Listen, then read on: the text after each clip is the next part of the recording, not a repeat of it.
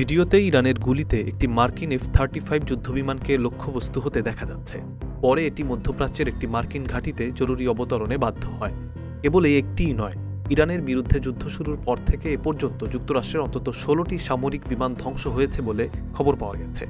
এর মধ্যে শত্রু সেনার গুলিতে 10টি রিপার স্ট্রাইক ড্রোন বিধ্বস্ত হয়েছে এবং আরও 6টি বিমান বিভিন্ন হামলা বা দুর্ঘটনায় মারাত্মকভাবে ক্ষতিগ্রস্ত হয়েছে। শুক্রবার ব্লুমবার্গ নিউজের এক প্রতিবেদনে উল্লেখ করা হয়েছে, সবচেয়ে ভয়াবহ ক্ষয়ক্ষতির ঘটনাগুলো ঘটেছে দুর্ঘটনার কারণে। কুয়েতে নিজেদের বাহিনীর ভুল নিশানায় বা ফ্রেন্ডলি ফায়ারে 3টি মার্কিন F-15 বিমান ভূপাতিত হয়েছে এবং মাঝাকাশে জ্বালানি রিফুয়েলিং করার সময় একটি KC-135 ট্যাঙ্কার ধ্বংস হয়েছে। ওই ট্যাঙ্কার দুর্ঘটনায় বিমানে থাকা 6 জন ক্রু সদস্যই নিহত হয়েছেন বলে নিশ্চিত করা হয়। সৌদি আরবের একটি বিমান ঘাঁটিতে পার্ক করে রাখা অবস্থায় ইরানের ক্ষেপণাস্ত্র হামলায় আরও 5টি KC-135 ট্যাঙ্কার ক্ষতিগ্রস্ত হওয়ার খবর পাওয়া গেছে। সংশ্লিষ্ট সূত্রের বরাত দিয়ে প্রতিবেদনে বলা হয়েছে যে এখনও পর্যন্ত শুধুমাত্র চালকবিহীন রিপার ড্রোনগুলোই ইরানের প্রতিরক্ষা ব্যবস্থার মাধ্যমে ভূপাতিত করা সম্ভব হয়।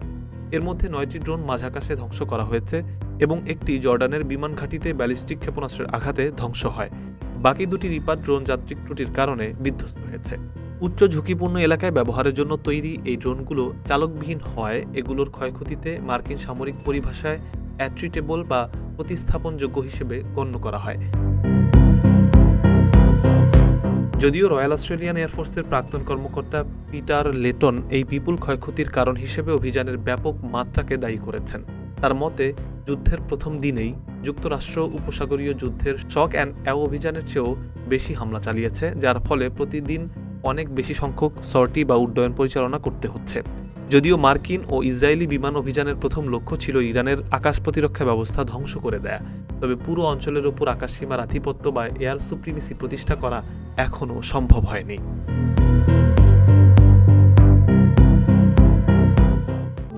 প্রবাসীদের জন্য নির্মাণ হচ্ছে দেশের প্রথম স্মার্ট সিটি, যেখানে থাকছে স্কুল, মসজিদ, হাসপাতাল, সুইমিং পুল, হেলিপ্যাড, পাঠাগার, জিম, সুপারমার্কেট, শিশু পার্ক সহ সকল নাগরিক সুবিধা।